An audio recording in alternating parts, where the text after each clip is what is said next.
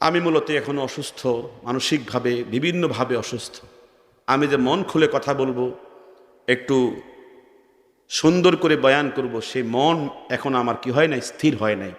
আমি দোয়া চাই আপনাদের কাছে, আল্লাহ যেন আমাকে এই ময়দানে কথা বলার জন্য সেই মেজাজ নসিব করে দেন। আমি যেন মন খুলে কথা বলতে পারি। বহু রকমের অনেক কথা, এগুলো মিডিয়ার সামনে বলা যায় না।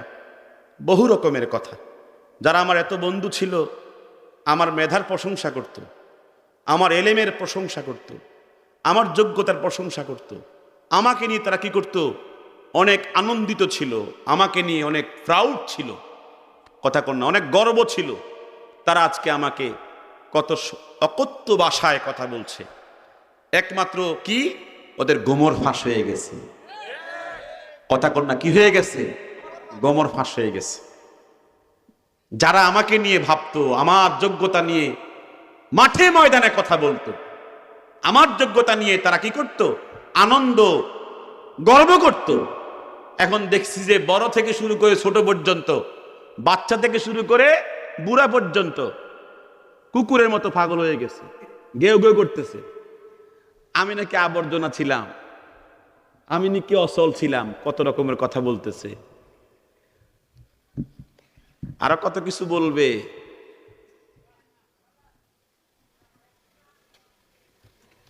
মোশতাক ফয়জি আবর্জনা নয়, আনিসুর রহমান আশরাফি আবর্জনা নয়, মোতালেব হোসেন সালিহি আবর্জনা নয়। এক একটা কি, কথা কন না কা, কিছু যারা চিনে তারা কেনে, কথা কন ঠিক কিনা? এগুলো এক একটা কিছু হইলো কিছু, একবারে কিচ্ছু না হলে তো কিছু, কথা কন না কা। আল্লাহ আমাদের সকলকে দিন বুঝার তৌফিক দান করেন। এখন কোরআনে নবীজিকে মাউত শব্দ ব্যবহার করেছে, এখন তারা অতিভক্তি চোরের লক্ষণ, কথা কন না। ভক্তির ঠেলায় নবীকে বলে কি, নবীজি মৃত্যুবরণ করেন নাই, নবীজি পর্দা করেছেন। কি করছেন? পর্দা। পর্দা মানে কি? মরছে না, এমনি যে জীবিত অবস্থায় কবরে শুয়ে রয়েছে। আহলুস সুন্নাত ওয়াল জামাতের আকীদা হচ্ছে নবীজির রুহু কবজ হয়েছে, নবীজির যে মৃত্যুর স্বাদ এটা গ্রহণ করেছেন। আল্লাহ তাআলা প্রত্যেকটা ব্যক্তির যে মৃত্যু নামক যে অবধারিত সিদ্ধান্ত, এটা নবীজির ক্ষেত্রেও হয়েছে, সমস্ত রাসূলদের ক্ষেত্রেও হয়েছে।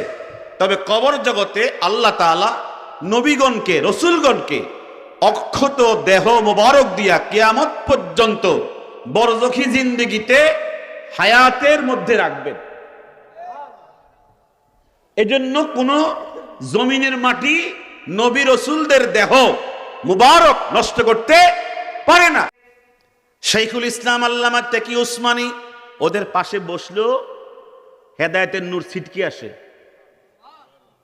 এরকম জাদ্রাইল আলেম উলামাদের মার্কাজ হচ্ছে এই জগৎ। ছাত্র জীবনে পড়াশোনা করছি, কি করছি? পড়াশোনা করছি, খেদমত করছি, অনেক চেষ্টা করছি একটু মাহওয়াল তৈরি করব, এলেমের কিছু পরিবেশ তৈরি করব, মগর পিছের দিকে টানে, কেউ পিছের দিকে টানে।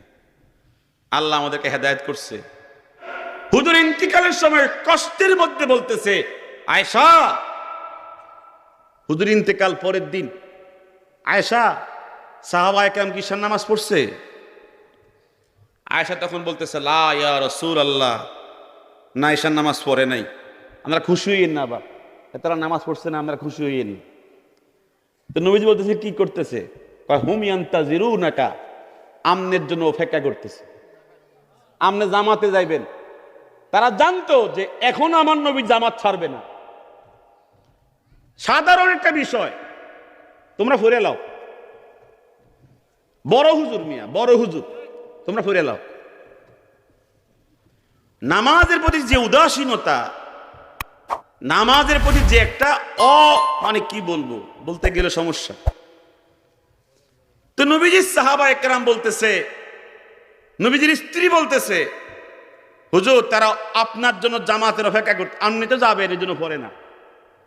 হুজুরের ইন্তেকালের সময় ওরা এখনো চিন্তা আছে হুজুর আসবেন জামাতে। এবারে বোঝেন তখন নবীজি বলতেছে, ঠিক আছে, দাউলি মা আন ফিল মিখদাবে, অজুর পাত্রে পানি রেডি করো। এই অসুস্থ শরীর নিয়ে হুজুর কি কইতেছে, দাউলি মা আন ফিল মিখদাব, অজুর পাত্রে কি করো, পানি প্রস্তুত করো। ফাগতাসালা, অজু করলেন নবীজি। সুম্মা যাহাবা লিয়ানুআ, জামাতে যাওয়ার জন্য উঠে দাঁড়ানোর চেষ্টা করলেন, একটু উঠে দাঁড়ানোর চেষ্টা করলেন।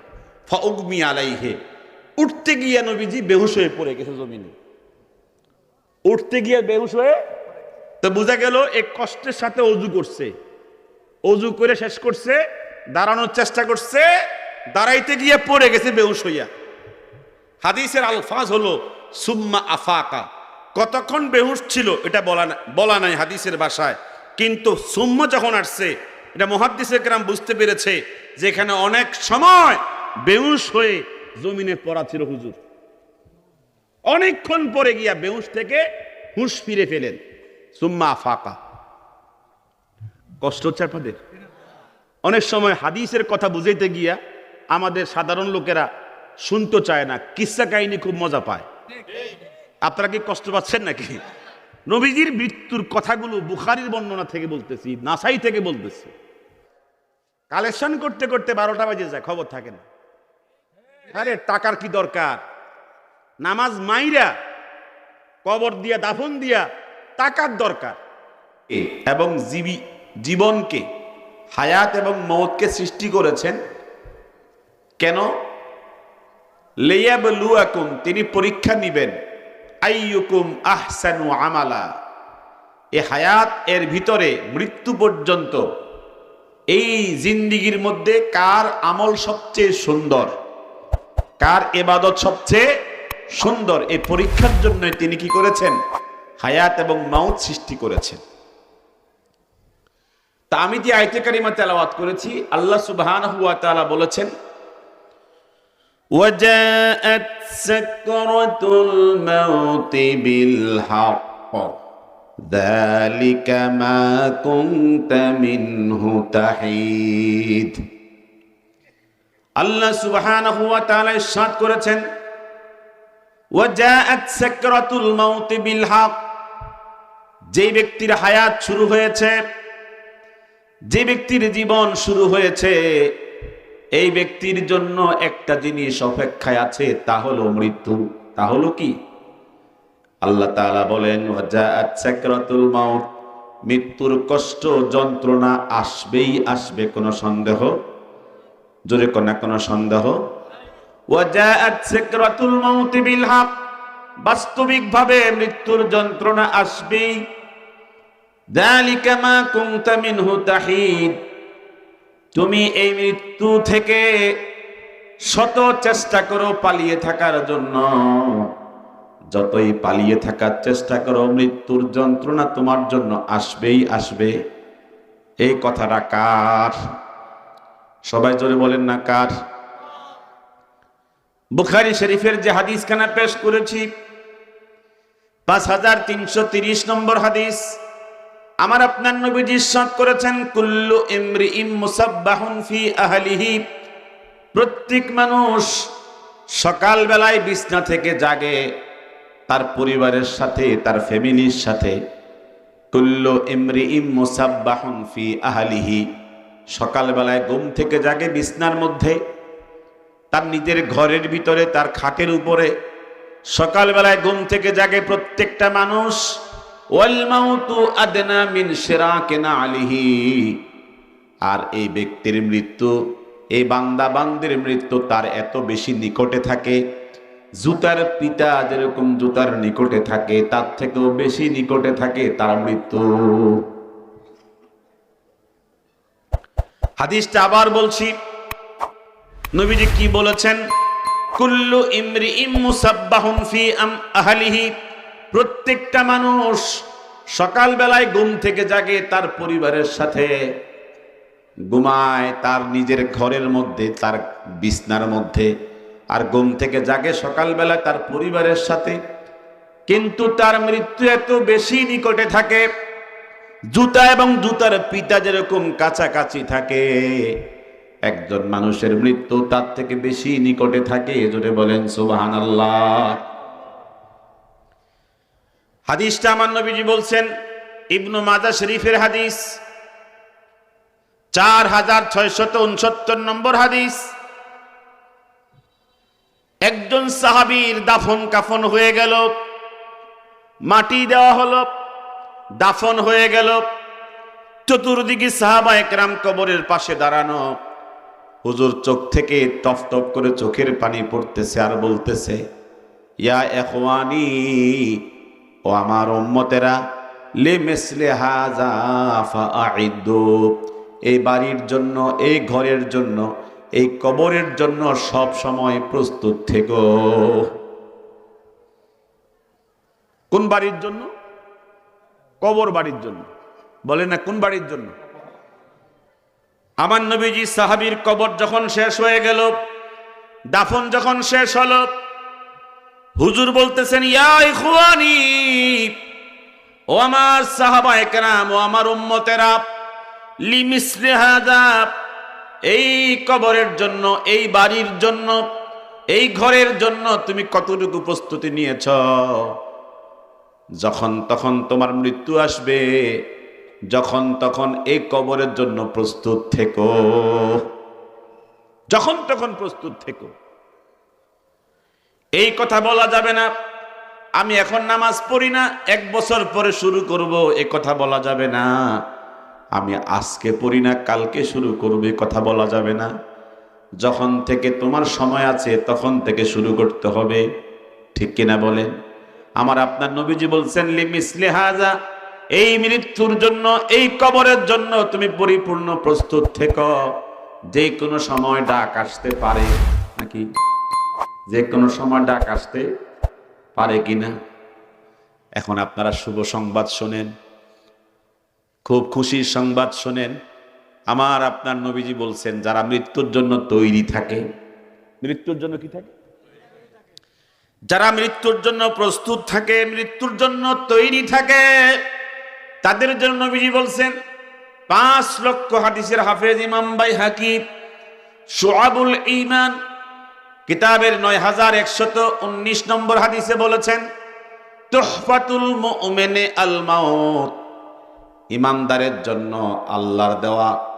আল্লাহর দেওয়া চরম পর্যায়ের মহান একটা উপহার হলো তার মৃত্যু। জোরে বলেন সুবহানাল্লাহ। মৃত্যু আল্লাহর উপহার। আল্লাহর কি? কার জন্য? ইমানদারের জন্য। যেই ইমানদার মৃত্যুর জন্য কি থাকে?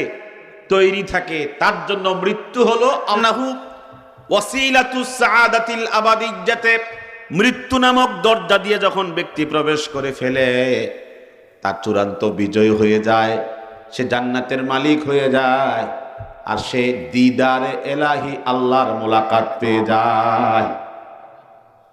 এটা সবচেয়ে বড় সফলতা। আপনার কষ্ট হচ্ছে নাকি? সবচেয়ে বড় সফলতা কি? আল্লাহর দিদার পাওয়া, জান্নাতে প্রবেশ করা, আল্লাহ সন্তুষ্টির সাথে পরকালের জিন্দেগি অতিবাহিত করা। এরপরে শুনেন, আল্লাহ তাআলা বলেছেন, লাকাদ কুনতা ফি গফলাতিন আন হাদা ফাকাশাফনা আনকা গিতাআকা ফাবাসারুকাল ইয়াওমা হাদীদ। জোরে কন্যা সুবহানাল্লাহ।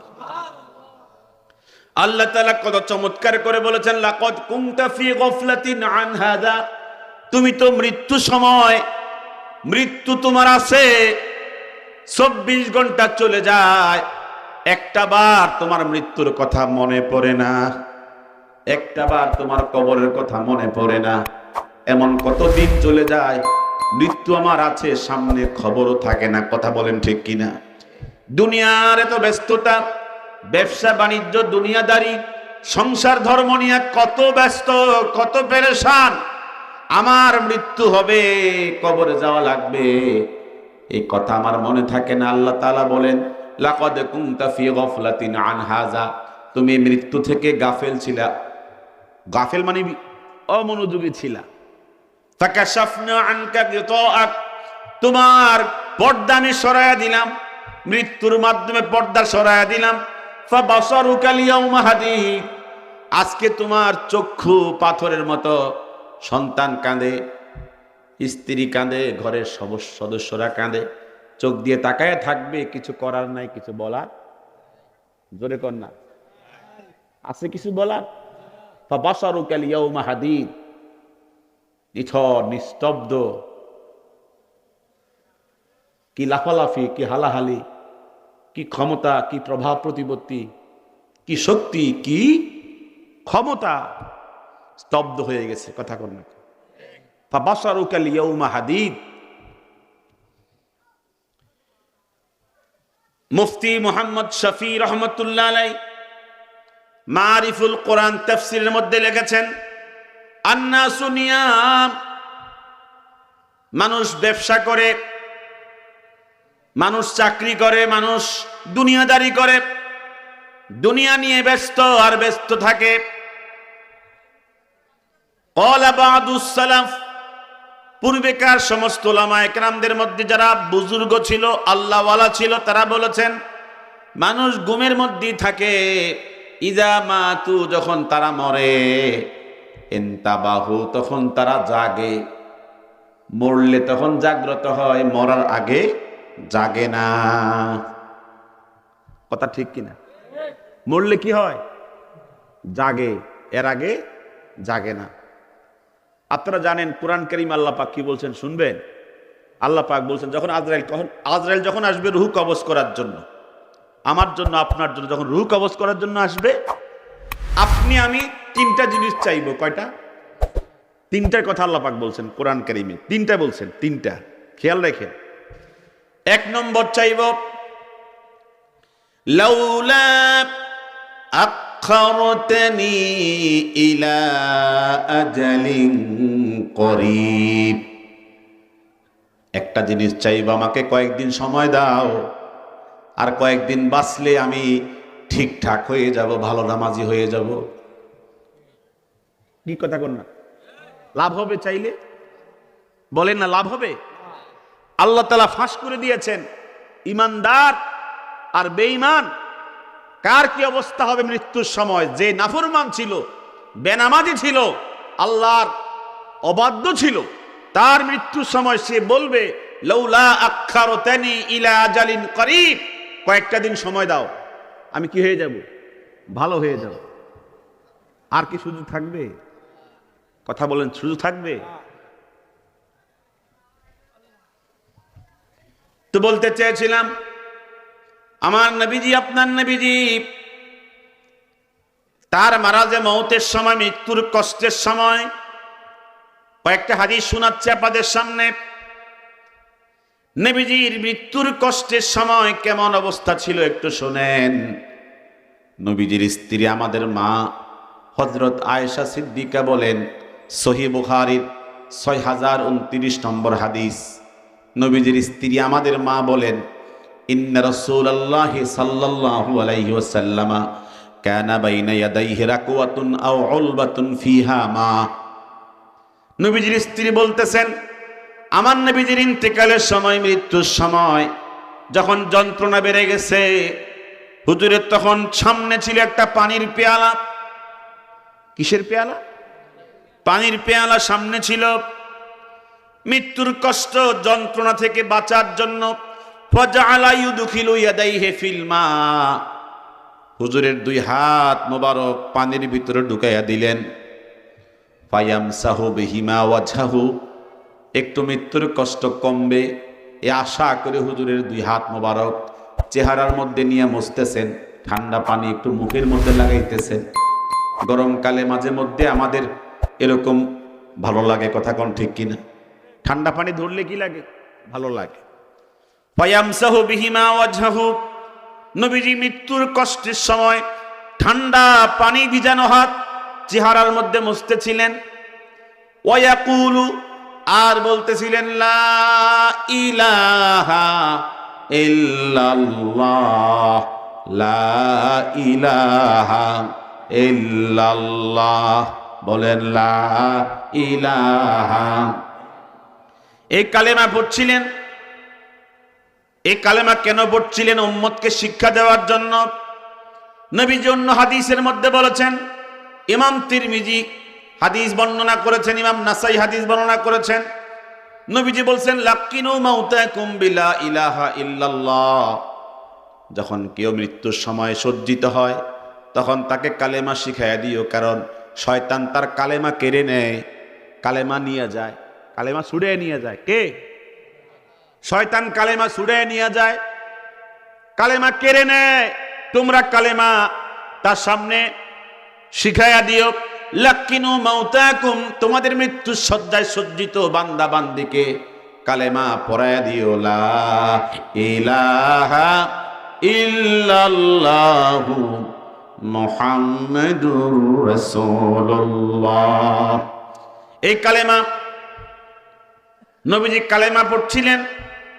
এরপর নবীজি বলছেন, ইন্নালিল মাউতে সাকারাত, আমার উম্মতেরা শোনো, মৃত্যুর সময় অনেক কষ্ট, অনেক যন্ত্রণা আছে। এক কষ্ট যন্ত্রণার কারণে অনেক ইমানদারও ইমান তার কপালে নসিব হয় না। আল্লাহ আমাদেরকে হেফাজত করুন, আমিন কোন জোরে। যেন ইমানের সাথে আমাদের মৃত্যু নসিব হয়। সবাই একটু আমিন বলি। একটা হাদিস শরীফ শোনাচ্ছি, 24 ঘন্টা একবার পড়বেন। কয়বার পড়তে? 10 সেকেন্ড লাগবে না। যদি আপনার ইন্তেকালের সময় কালেমা নিয়ে মরতে চান, মৃত্যুর কষ্ট কমাইতে চান, এই হাদিসটা মনোযোগ দিয়ে শুনে নেন।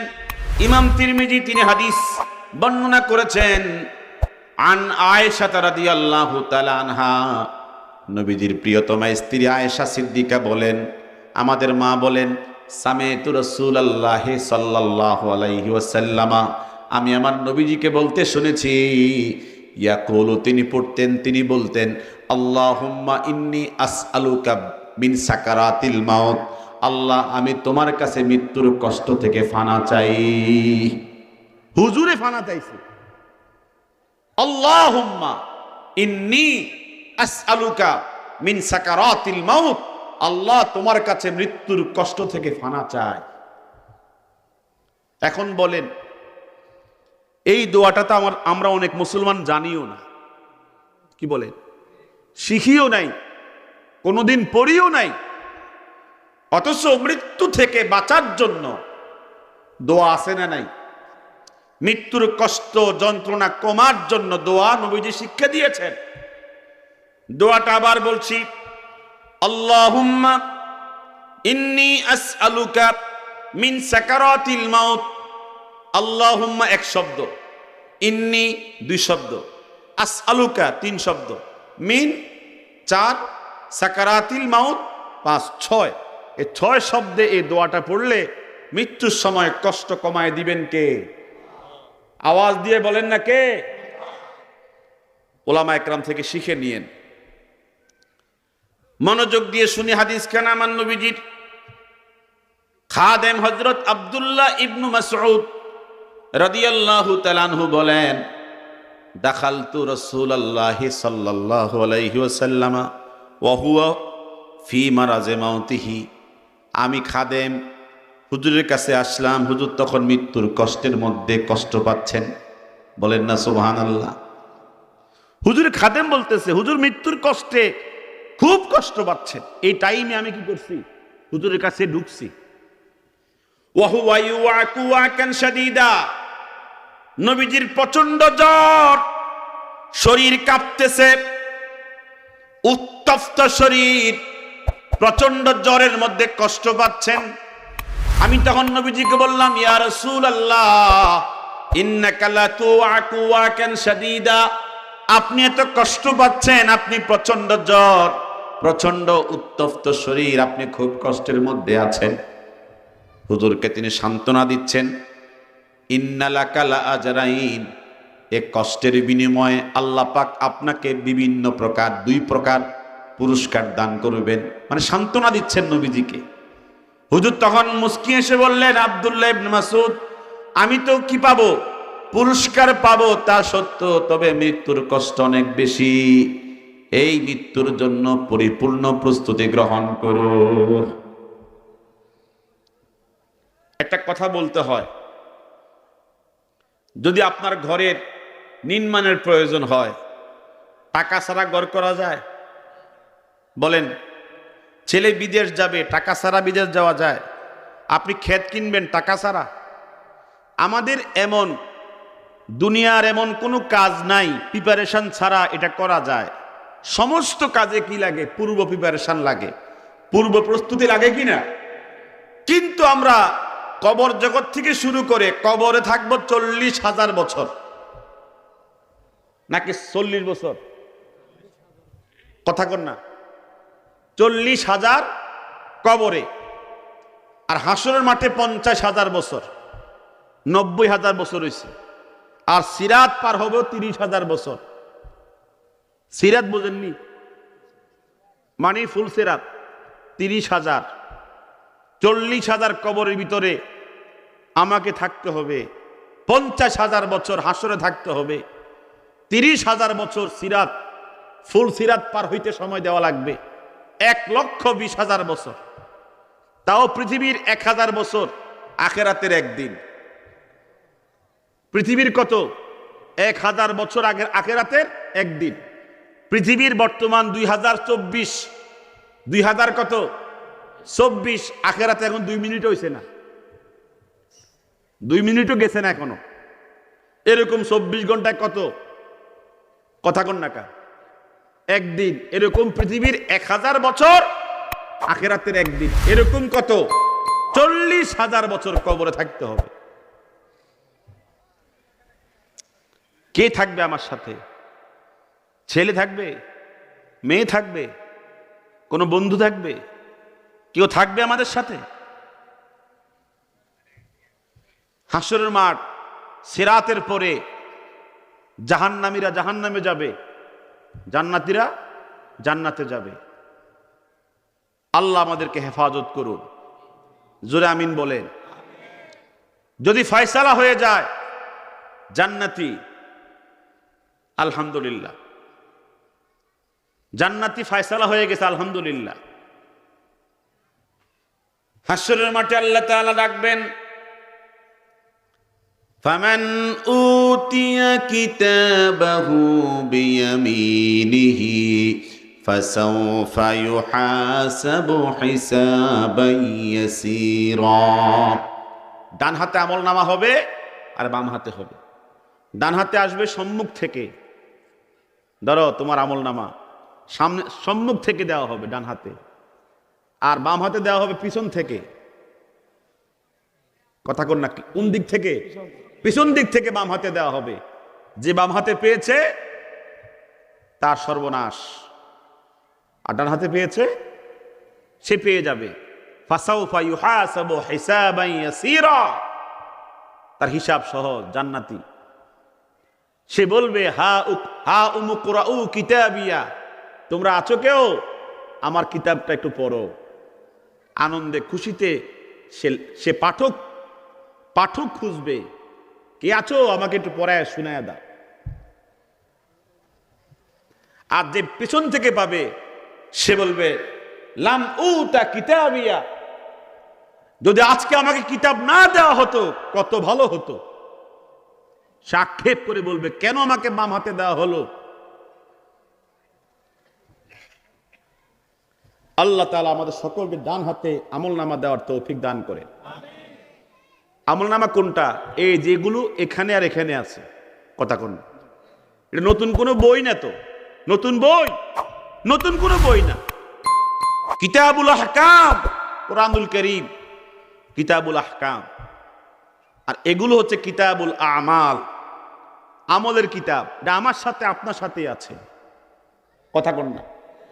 যখন কিতাব দেওয়া হবে, আপনি আমি বলবো, মা লিহাদাল কিতাব, এটা এমন কি কিতাব দিল আমাকে, লা ইউগাদিরু সগীরাতাও ওয়ালা কাবীরা, আমার 50, 40, 30, 50, 60, 70 বছরের কোন একটা রেকর্ড বাদ গেল না।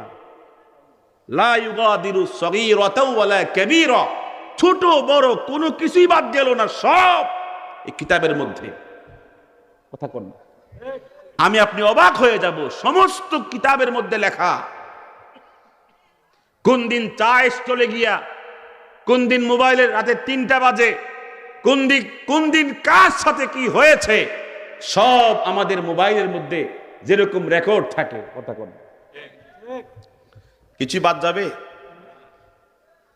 আক্ষেপ করবে, আহারে যদি আমাকে বাম হাতে না দেওয়া হতো।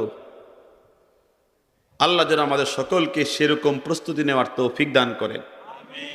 সবাই একটু আমিন বলে। হাদিসটা মনোযোগ দিয়ে শুনেন। নবীজির সাহাবী উবাইদুল্লাহ ইবনে আব্দুল্লাহ, নাসাই শরীফের বর্ণনা। উবাইদুল্লাহ ইবনে আব্দুল্লাহ ইবনে উতবা তিনি বলেন, দাখালতু আলা আয়েশা, আমি নবীজির স্ত্রী আয়েশার কাছে প্রবেশ করলাম। আমার মা, উম্মাহাতুল মুমিনিন, মুমিনদের মা। মুমিনদের কি? আমি বললাম, ইয়া আয়েশা, ও আমার মা আয়েশা, আলা তুহাদ্দিসিনি আন মারাদি রাসূলিল্লাহ সাল্লাল্লাহু আলাইহি ওয়াসাল্লাম, আপনি পাবেন না নবীজির মৃত্যুর সময়কালে কষ্টের সময় কেমন কষ্ট পেয়েছেন? জোরে কন্যা সুবহানাল্লাহ। আমাদের মৃত্যুর কষ্ট আছে না নাই? একটু মহব্বতে কন্যা আছে না নাই? নবীজি মৃত্যুর কষ্ট পাচ্ছেন, এই কষ্ট কেমন ছিল একটু সাহাবী জানতে চায় আয়েশা সিদ্দিকার কাছে, কারণ আয়েশা সিদ্দিকার কোলেই তো আমার নবীজি ইন্তেকাল করেছেন। কথা কোন ঠিক কিনা? যারা বন্ড বেদাতি সুন্নি, যারা বন্ড বেদাতি, যারা মাজার পূজারী, কবর পূজারী, তাদের কথা কি জানেন? তারা বলে নবীজি মরে নাই। নবীজি কি মরে নাই, জীবিত অবস্থায় কবরে রাখা হয়েছে। মানে যাদের জ্ঞান বুদ্ধি ইলম আল্লাহ ওদেরকে দেয় নাই, তারা অনেক ক্ষেত্রে কোরআনও মানে না। আল্লাহ তাআলা নবীজির শানে বলেছেন, ইন্নাকা মাইয়িতু ওয়া ইন্নাহুম মাইয়িতুন, নবী আপনিও ইন্তেকাল করবেন, আপনিও মৃত্যুবরণ করবেন, আর তারাও মৃত্যুবরণ করবে। এই আয়াত থেকে বোঝা যায় নবীরও মৃত্যু আছে, অন্যদেরও কি আছে? কুল্লু নাফসিন যায়িকাতুল মাউত, প্রাণী বললেই তার কি আছে? মৃত্যু আছে, নাকি নাই?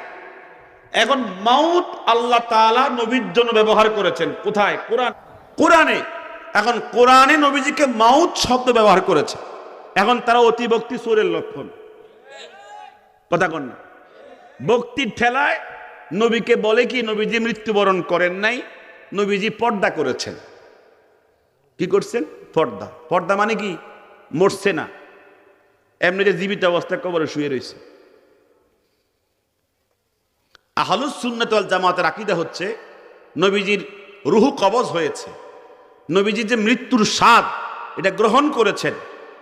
আল্লাহ তাআলা প্রত্যেকটা ব্যক্তির যে মৃত্যু নামক যে অবধারিত সিদ্ধান্ত, এটা নবীজির ক্ষেত্রেও হয়েছে, সমস্ত রাসূলদের ক্ষেত্রেও হয়েছে।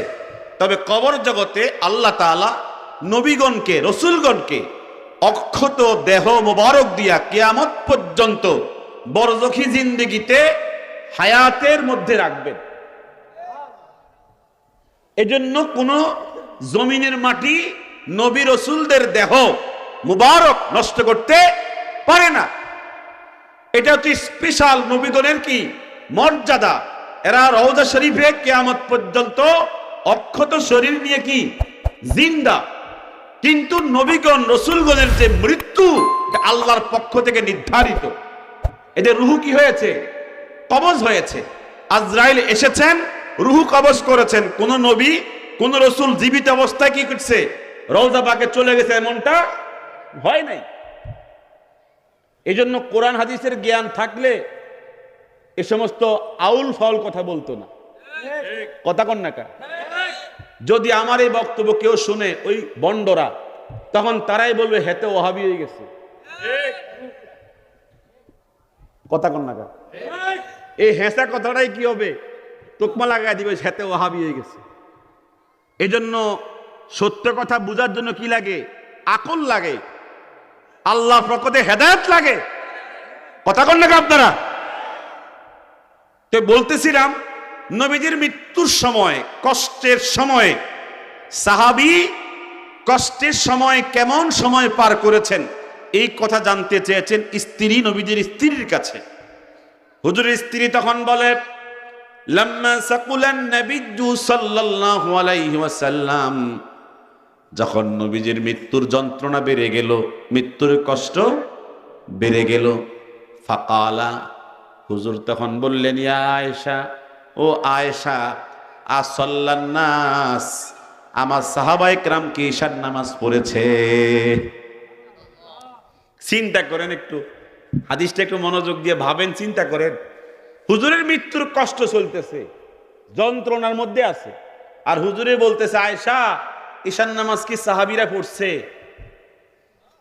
দুনিয়া থেকে চলে যাচ্ছে নবীজি, বিদায়ের সময়, তখনও নবীজি উম্মতের নামাজের ফিকির করে, নামাজের ফিকির করে।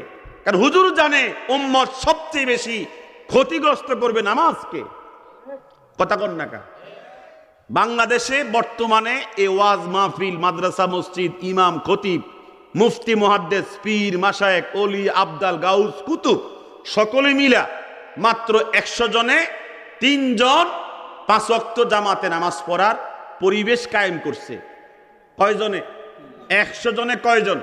3 জন জামাতে নামাজ পড়ে, আর বাকি 97 জন 5 ওয়াক্ত নামাজ পড়ে না। এখন বলেন, এত হাজার মাদ্রাসা, এত লক্ষ লক্ষ আলেম, এত লক্ষ লক্ষ মসজিদ, খতিব, ইমাম, কারণ নবীজি ভয় পাইতেন যে আমার উম্মত সবচেয়ে বেশি ক্ষতি করবে কারে?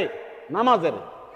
কারণ শয়তান আমার উম্মতকে ভুলায়া রাখবে, নামাজ থেকে ভুলায়া রাখবে। কথা কোন ঠিক কিনা? আপনারা আশ্চর্য হবেন যদি আপনাদের কোন গ্রাম, যদি 5 জন যুবক দায়িত্ব নিয়ে আগামীকালকে আজানের আধা ঘন্টা আগে অথবা 1 ঘন্টা আগে কাগজ কলম হাতে নিয়ে প্রত্যেকটা বাড়িতে গিয়া, ছেলে হোক, মেয়ে হোক, বয়স্ক হোক আর উপযুক্ত হোক, প্রত্যেকটা বাড়িতে গিয়া কোন ফ্যামিলিতে কতজন ঘুমাইছে রাত্রে বেলায় এটা কাগজ কলমে হিসাব করতো যে এই বাড়িতে 5 জন ঘুমাইছে, 1 জনও নামাজ পড়ে নাই। কোন নামাজ? ফজরের নামাজ।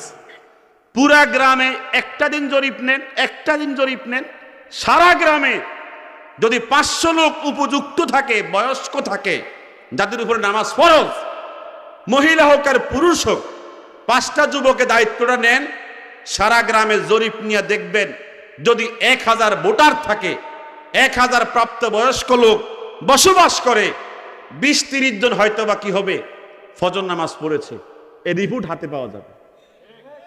কয় হাজারে? তাহলে 20-30 জন হলে কত? 100-এ 3 জন, 1000-এ কত? 30 জন। কথা কোন না? তাও জামাতে গেছে কিনা সন্দেহ। দেখা যাবে যে মসজিদে ইমাম আর মুয়াজ্জিন কয়জনে? ইমাম তো তার দায়িত্বের কারণে আর মুয়াজ্জিন তার আযানের কারণে। যদি ইমাম তার ইমামতি না করতো আর মুয়াজ্জিন আযান না দিত, ওই 2 জনও কি হইতো? ঘুমাইতো।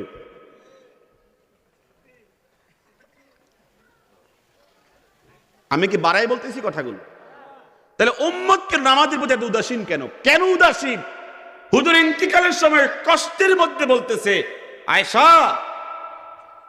হুজুর ইন্তেকাল পরের দিন, আয়েশা, সাহাবায়ে কেরাম কি ঈশার নামাজ পড়ছে? আয়েশা তখন বলতেছে, লা ইয়া রাসূলুল্লাহ, না, ঈশার নামাজ পড়ে নাই। আমরা খুশি হইয়েন না, আবার তারা নামাজ পড়ছে না, আমরা খুশি হইয়েন। তো নবীজি বলতেছে, কি করতেছে? হুম ইয়ান্তাজিরুনাকা, আমনের জন্য অপেক্ষা করতেছে। আমনে জামাতে যাইবেন, তারা জানতো যে এখন আমার নবী জামাত ছাড়বে না। সাধারণ একটা বিষয়, তোমরা ফিরে লাও, বড় হুজুর মিয়া, বড় হুজুর, তোমরা ফিরে লাও। নামাজের প্রতি যে উদাসীনতা, নামাজের প্রতি যে একটা মানে কি বলবো, বলতে গেলে সমস্যা। তো নবীজির সাহাবায়ে কেরাম বলতেছে, নবীজির স্ত্রী বলতেছে, হুজুর তারা আপনার জন্য জামাতের অপেক্ষা করতে, আপনি তো যাবেন, এই জন্য পড়ে না। হুজুরের ইন্তেকালের সময় ওরা এখনো চিন্তায় আছে হুজুর আসবেন জামাতে। এবারে বোঝেন, তখন নবীজি বলতেছে ঠিক আছে, দাউলি মা আনফিল মিখদাবে, অজুর পাত্রে পানি রেডি করো। এই অসুস্থ শরীর নিয়ে হুজুর কি কইতেছে, দাউলি মা আনফিল মিখদাব, অজুর পাত্রে কি করো, পানি প্রস্তুত করো। ফাগতাসালা, অজু করলেন নবীজি।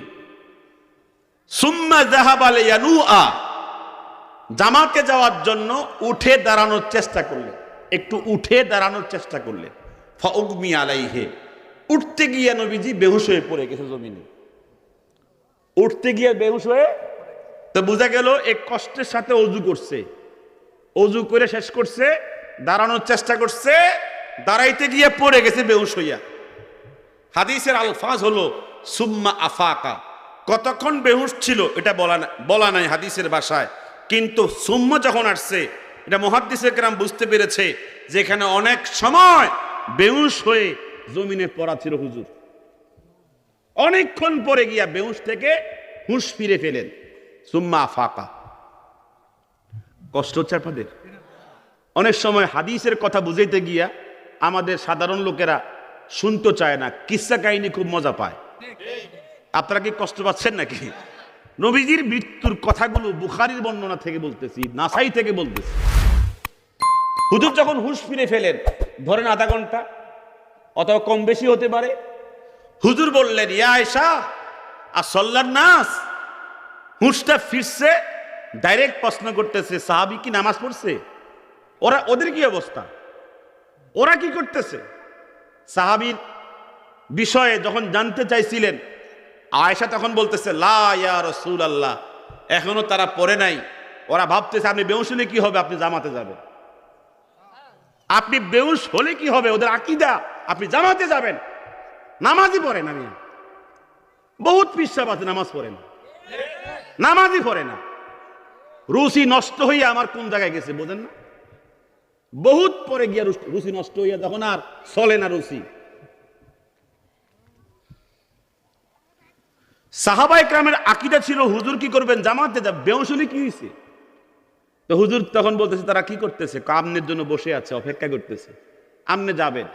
হুজুর আবার বলছে, দাউলি মা আন ফিল মিখদাবে, অজুর পানি প্রস্তুত করো। বোঝেনের কথা, বোঝেনের? আবার প্রস্তুত করা হলো। ফাগতাসালা, অজু করলেন। সুম্মা যাহাবা লিয়ানুআ, আবার নবীজি দাঁড়ানোর চেষ্টা করলেন, আবার চেষ্টা করলেন। ফাউগমি আলাইহি, বেহুশ হয়ে পড়ে গেছে, আবার বেহুশ হয়ে পড়ে গেছে। সুম্মা আফাকা, অনেক সময় চলে গেছে, বহু সময় পরে নবীজির হুঁশ ফিরে আসলো। হুজুর বললেন, ইয়া আয়েশা আসল্লান নাস, ওরা কি নামাজ পড়েছে? সাহাবা একরাম তখনও আন্দাজ ছিল দুইবার বেহুশ হলে কি হয়েছে, আবার তো হুঁশ হবে, আবার তো কি হবে, হুঁশ হবে, আবার তো জামাতে আসবে। এরপরে নামাজ পড়ে না, হুজুরের জন্য বসে রয়েছে। যে এই নবীজি কি করতে পারেন না, জামাত মিস করতে পারেন না।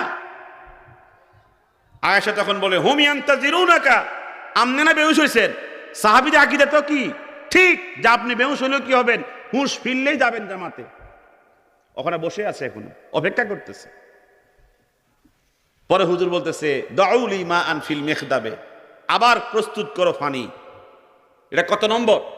3 নম্বর। অজুর পানি প্রস্তুত করো। রেডি করা হলো। ফাগতাসালা, অজু করলেন। সুম্মা যাহাবা লিয়ানুআ, দাঁড়ানোর চেষ্টা করলেন। ফালাম ইয়াফআল, তিনি করতে পারেন নাই, দাঁড়াতে পারেন নাই। ফাউগমি আলাইহি, বেহুশ হয়ে পড়ে গেছে আবার তৃতীয়বার।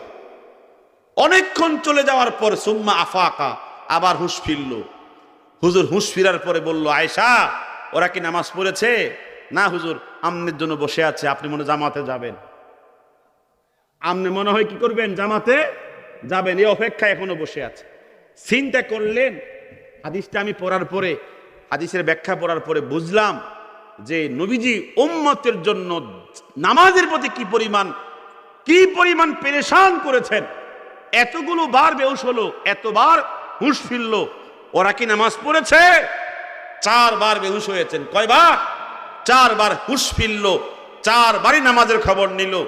সর্বশেষ হুজুর যখন দেখলেন জামাতের সময় মুস্তাহাব ওয়াক্ত চলে যাচ্ছে, হুজুর আরো চেষ্টা করতো যদি সময় থাকতো।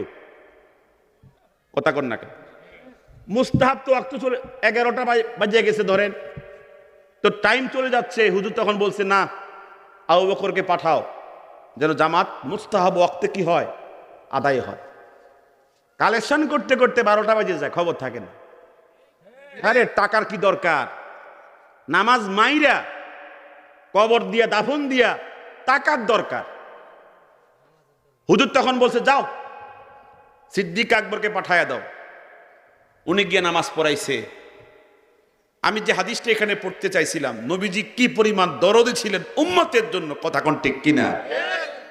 আল্লাহ আমাদেরকে সেইভাবে নামাজের প্রতি মহব্বত নসিব করেন, জোরে বলেন আমিন। ইসলাহি কুতুবাতের মধ্যে পেয়েছি শাইখুল ইসলাম আল্লামা তাকি উসমানী, ওদের পাশে বসলো হেদায়েতের নূর ছিটকে আসে। এরকম জাদ্রাইল আলেম উলামাদের মার্কাজ হচ্ছে এই জগৎ। ছাত্র জীবনে পড়াশোনা করছি, কি করছি? পড়াশোনা করছি, খেদমত করছি, অনেক চেষ্টা করছি একটু মাহওয়াল তৈরি করব, এলেমের কিছু পরিবেশ তৈরি করব, মগর পিছের দিকে টানে, পিছের দিকে টানে। আল্লাহ আমাদেরকে হেদায়েত করছে।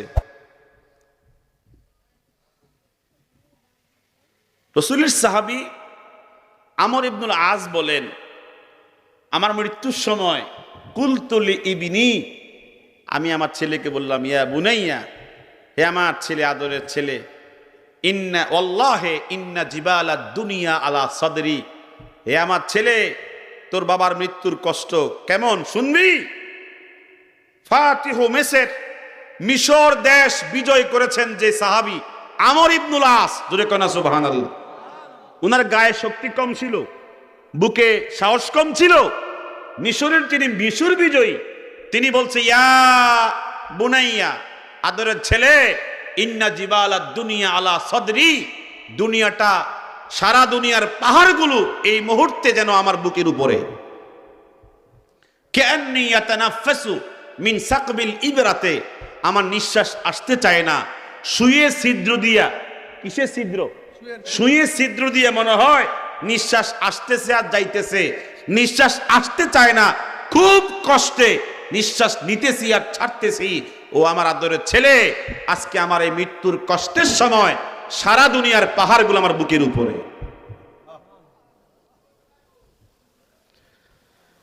ইসলাহি কুতুবাতের মধ্যে পেয়েছি লাম্মা হাদারা মাউতু আবি বকর as-সিদ্দিক, আবু বকর সিদ্দিকের যখন মৃত্যুর সময় ঘনিয়ে আসলো, ওয়ালা আহিব্বাউহু, তার বন্ধুগণ তাকে বলল নুরিদু আন্নাতিয়া লাকা তাবিবা, আপনার চিকিৎসার প্রয়োজন। জোরে কোনা কিসের প্রয়োজন? আপনার চিকিৎসার প্রয়োজন, আমরা চাচ্ছি আপনার জন্য ডাক্তার নিয়ে আসতে। জোরে কোনা কি নিয়ে আসতে? ডাক্তার নিয়ে আসতে। আবু বকর সিদ্দিক তখন বলেন, তোমাদের দুনিয়ার ডাক্তার কি দেখবে আমাকে? ওয়াত্তাবিবু কদ রাআনি, আমার যিনি মূল ডাক্তার তিনি তো আমাকে দেখতেছেন। ওয়াত্তাবিবু কদ রাআনি, আমার ডাক্তার যিনি, ফাইজা মারিতু ফাহুয়া ইয়াশফিন, যখন আমি অসুস্থ হই আমাকে চিকিৎসা করেন কে? সবাই জবান খুলে করেন, বলেন কে? আমি অসুস্থ হলে পরে আমার চিকিৎসা করেন যিনি, তিনি কে? আমি অভাবগ্রস্ত হলে আমার অভাব দূর করেন তিনি কে? আমি মুসিবতগ্রস্ত হলে আমার মুসিবত দূর করেন তিনি কে? এই বিশ্বাস, এই আকীদা আমাদের থাকতে হবে, ঠিক না বে ঠিক? কথা কোন ঠিক না বে ঠিক? সিদ্দিক আকবর বলছেন ওয়াত্তাবিবু কদ রাআনি, আমার ডাক্তার তো আমাকেই দেখতেছে। ওয়া হুয়া ফাআলুল লিমা ইউরিদ, ও আমার সাথীরা, ও আমার বন্ধু বান্ধব শোনো, তিনি যদি চান আমার মৃত্যু এখন হবে, সিঙ্গাপুর, চেন্নাই, সারা পৃথিবীর উন্নত ডাক্তার সবাই একত্রিত হলে একটা মিনিট আমার মৃত্যু ঠেকাতে পারবে না। কথা কোন ঠিক কিনা? যদি আল্লাহ তাআলা চান আমার মৃত্যু 5 বছর পরে হবে, কথা কর না, 5 বছর পরে হবে, তাহলে আমাকে আইসিইউতে রাখলে, সিসিইউতে রাখলে বিল দেয় বেহুদা। বিল দেয় কি? এই হসপিটালে যাইয়া টাকা টুকা দেওয়া সবটাই বেহুদা, কারণ হায়াত তো 5 বছর আছে। কথা কন না, এই জন্য হায়াত আর মৌত কার হাতে? আল্লাহর হাতে। হাসান বসরি বলেন, কে বলেন? হাসান বসরি বলেন, ইসলাহি খুতুবাতের মধ্যে পেয়েছি, তার মৃত্যুর সময় একজন ডাক্তার তার পাশে বসে তাকে একটু চেক আপ করার জন্য চাচ্ছে। তার সন্তান বলে, বাবা অনেক বড় ডাক্তার, অনেক বড় অভিজ্ঞ ডাক্তার, আপনাকে চেক আপ করার জন্য তিনি বসে আছেন। তখন হাসান বসরি বলেছেন, ও আমার বড় ছেলে শোনো, ওয়াত্তাবিবু ওয়াল মাতবুবু ইয়ামুতান, ডাক্তারও মরে রোগীও মরে, এটা আমি জানি। ডাক্তারও মরে, যদি আমি জানতাম ডাক্তার মরে না তাহলে তার চিকিৎসা নিতাম। হেড যখন অসুস্থ হে তো আর ডাক্তারের কাছে দৌড়ায়, মাতেন না যে আপনারা। হাসান বসরি বলতেছে, ওয়াত্তাবিবু ওয়াল মাতবুবু ইয়ামুতান, ডাক্তারও মরে রোগীও মরে, হেতে আমার কি চিকিৎসা করবে? এগুলো ইমান বাড়ে। কথা কন না, এদের কথাগুলো শুনলে ইমান বাড়ে। আর একটু সামান্য একটু বেশ কম হলে দৌড়াদৌড়ি শুরু করে দিই আমরা। আল্লাহ আমাদেরকে যেন কি করেন, বিপদ আপদ মুসিবত থেকে হেফাজত করেন, কঠিন জটিল রোগ থেকে হেফাজত করেন, মৃত্যুর প্রস্তুতি নিয়ে থাকবেন। আল্লাহ আমাদের সকলকে মৃত্যুর পরিপূর্ণ প্রস্তুতি নিয়ে থাকার তৌফিক দান করেন। আমি আজকে এই পর্যন্ত, আমি মূলত এখন অসুস্থ, মানসিকভাবে বিভিন্নভাবে অসুস্থ। আমি যে মন খুলে কথা বলবো, একটু সুন্দর করে বয়ান করব, সেই মন এখন আমার কি হয় নাই, স্থির হয় নাই। আমি দোয়া চাই আপনাদের কাছে, আল্লাহ যেন আমাকে এই ময়দানে কথা বলার জন্য সেই মেজাজ নসিব করে দেন। আমি যেন মন খুলে কথা বলতে পারি। বহু রকমের অনেক কথা, এগুলো মিডিয়ার সামনে বলা যায় না। বহু রকমের কথা, যারা আমার এত বন্ধু ছিল, আমার মেধার প্রশংসা করত, আমার এলেমের প্রশংসা করত, আমার যোগ্যতার প্রশংসা করত, আমাকে নিয়ে তারা কি করত, অনেক আনন্দিত ছিল, আমাকে নিয়ে অনেক প্রাউড ছিল। কথা কন না, অনেক গর্ব ছিল। তারা আজকে আমাকে কত অকথ্য ভাষায় কথা বলছে। একমাত্র কি, ওদের গোমর ফাঁস হয়ে গেছে। কথা কন না, কি হয়ে গেছে? গোমর ফাঁস হয়ে গেছে। যারা আমাকে নিয়ে ভাবতো, আমার যোগ্যতা নিয়ে মাঠে ময়দানে কথা বলতো, আমার যোগ্যতা নিয়ে তারা কি করত, আনন্দ গর্ব করত। এখন দেখছি যে বড় থেকে শুরু করে ছোট পর্যন্ত, বাচ্চা থেকে শুরু করে বুড়া পর্যন্ত কুকুরের মতো পাগল হয়ে গেছে, গেউ গেউ করতেছে। আমি নাকি আবর্জনা ছিলাম, আমি নাকি অচল ছিলাম, কত রকমের কথা বলতেছে। আরো কত কিছু বলবে।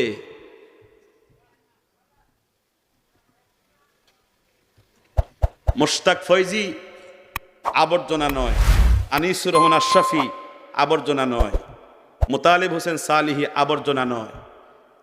এক একটা কি, কথা কন না কা, কিছু যারা চিনে তারা কেনে। কথা কন ঠিক কিনা? এগুলো এক একটা কিছু হইলো কিছু, একবারে কিচ্ছু না হলে তো কিছু। কথা কন না কা। আল্লাহ আমাদের সকলকে দিন বুঝার তৌফিক দান করেন, হক বুঝার তৌফিক দান করেন। আমি দোয়া চেয়ে এখানে শেষ করছি। আসসালামু আলাইকুম ওয়া রাহমাতুল্লাহি ওয়া বারাকাতুহু।